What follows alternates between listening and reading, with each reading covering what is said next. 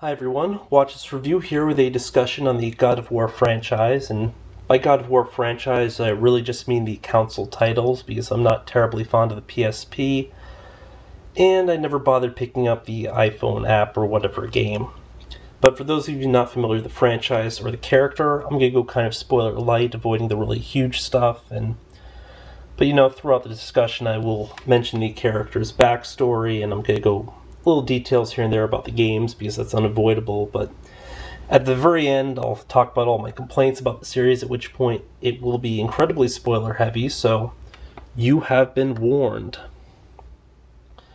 Now, as a general thing, you'll notice that a lot of people, gamers I mean, kind of believe that games can be art, and they kind of want art. But at the same time, people also want sequels.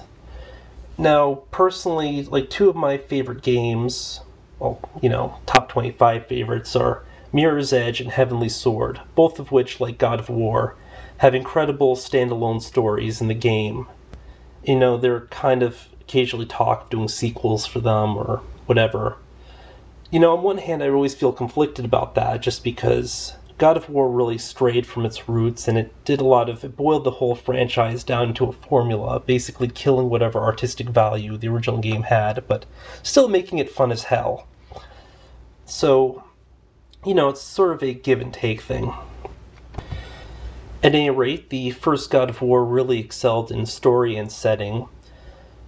I mean, the gameplay, they gave you far too many grunts and just not enough bosses, but it really, all the storytelling elements and the thematic elements were great, and by the end you had a really great ending for the game, whereas the other games, number 2, Blue Balls is you, and then number 3, you aren't 100% sure what the hell happened other than you got your other revenge, so.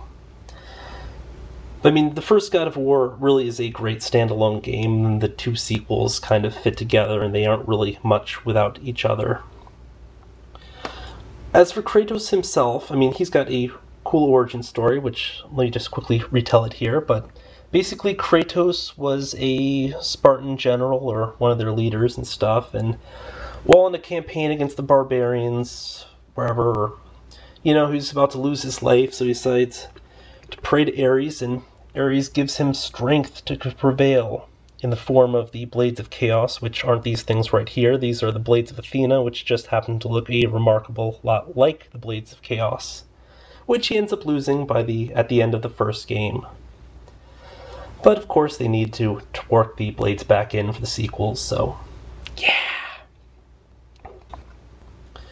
So Kratos once again pledges his life to Ares, which is basically what he was doing beforehand, as seeing he was a Spartan and the Spartan deity is Ares, and Ares is pretty satisfied that he has a killing machine on his side. But Ares has a pretty sick sense of humor, and one day he decides to punk Kratos. Now, naturally, Kratos isn't amused by Ares' prank, although Ares probably thought it was hilarious, because he was seeking to remove, the final few aspects from Kratos' humanity and get him into being a complete killing machine, but Kratos doesn't quite fall that way. Instead, Kratos is in a huff. But there was just one problem. You see, Kratos was still just a mortal, while Ares is a god. So revenge wasn't really an option. Kratos instead opts to do the next best thing, quitting Ares' employ and going to work for the competition, namely basically every other god on Olympus. Of course, he does keep the blades as a parting gift. Now that brings us to the beginning of the first game, where we have Kratos standing on a cliff, and I really hate when they do this because it's kind of cliche, but the game opens sort of towards the end of the game, and Kratos is deciding to jump off the cliff. And then it flashes back to the stuff that recently happened. As mentioned, the console titles all basically follow the same formula. It begins with a short cinematic sequence in the first game, that's the clip scene. Subsequent games, it's the recap, followed by a level in which you face off against an epic boss who keeps reoccurring throughout the mini-stage, Right after that, for the sequels, you have a Samus moment where Kratos somehow ends up losing everything he has, but I mean, obviously, before that, you have all these kick ass abilities to show off what a badass Kratos is. And right after that, you end up being introduced to a sort of guide character. In the first game, it's Athena, second game, it's Gaia, third game, not saying. And then they tell you about this one MacGuffin or item that you need to supposedly beat somebody or fulfill any objective that, you really need to, and you spend the rest of the game trying to get to that objective while solving puzzles and all sorts of other good stuff. And right after you get whatever item it is, there's sort of a tease moment where the item really doesn't help you or something. Well, I probably shouldn't say that, but like you immediately get it, and sometimes it's like taken away from you, sometimes it's just mildly subverted or whatever. But then immediately after that, you end up making whatever it is work, and the game's over. Well, sometimes after a boss fight, sometimes after, you know. But it was really good. The first level is usually like the coolest level, just because they really center it around the boss, and usually it's really kick-ass bosses. Like Hydra was an incredible fight. You fight him across the entire ship, heads just pop up out of nowhere, you chop it off, and you find the main body and kill that.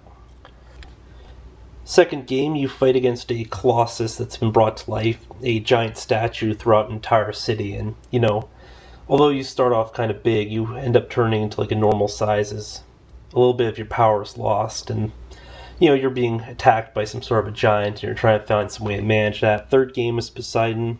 Again, kind of cool boss fights. You are up against a god. But I mean, it's kind of like one of the minor downsides of these games. I mean, it seems like they really center a lot of the really cool content right in the beginning of the game because, I don't know, maybe developers feel that gamers won't get too far into a game. And then they devote a lot of the resources to the very end, so you have like pretty wide middles where there's not a terrible amount happening in terms of like really nice content sometimes. Especially in the case of the first one where, the Hydra's your first boss, and then I mean, there's basically literally nothing between that and Ares at the end. I mean, you might have like one or two kind of boss fights against like bigger monsters that are kind of like ones that you've fought before. I mean, I might be misremembering slightly. The second game improved on that a lot just because they did introduce a lot of other bosses. And the other cool thing about it was you're fighting human-sized enemies as opposed to just strictly epics and like guys with history. Well, I mean, then some guys who I think were actually made up, like the one person who almost killed Kratos in the backstory. You end up fighting his spirit, and then I believe you fought either Theseus or Perseus. Can't remember which one, but that was a pretty cool fight. And then, I mean, they really did push things up a little bit. Of course, God of War 3 was even cooler because you end up killing like practically the entire Greek pantheon.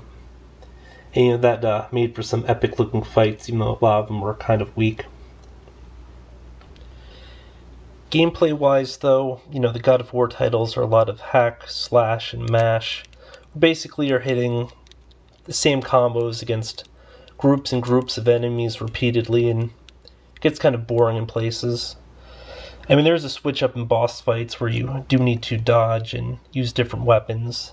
The command system in the original games, you just had like your standard attacks, then you had magic. Third game, actually, they probably introduced it on one of the other titles, one of the spin-offs, but third game, instead of having like magic, you also have magic and items. So like the bow, which was a magic effect in the second game, can now be used as sort of a normal weapon, except for the items have sort of a cooldown period. Like if you use up all the energy, you've got to wait for it to recharge a bit to use it again, which is really great because, I mean, you ended up using the bow a lot in the second game for some of those boss fights because they got to be a little bit tough, and then, kind of drained all the energy you would have had for your actual magical effects, although, generally speaking, I think I ended up using, like, more of the bow and not so much the magical effects in a lot of the later boss fights for this anyway. If I were to rate the three games, I mean, obviously I think the first God of War has like the coolest story and everything going for it, and then second game, is has a lot of improvements. You have like, a lot more combos than even the third game, and there's a feeling of variety there. But the third game really has all the really decent feeling gameplay. Even like the puzzles a lot better than the previous ones. They went a lot more creative. Although all the puzzles are kind of creative, and one of the other big formula things I should have mentioned is the fact that they all seem to have like one big puzzle complex towards the end of it. But this one also had the really God of War 3 also had the really cool, I think it was like Garden of Hera or something, where you're like moving stuff around and like there's like this shadow world, and it's like sort of like that artistic thing where there's like an overlap between you push things, and if it looks like the two things connect, they're actually connected for a while. And that was just completely awesome, and I love that sequence. But I think my favorite out of the series, just in terms of gameplay and kind of like the actual enjoyment, would have to be the God of War 3, whereas I really liked everything else about the first God of War, and it's a really great game.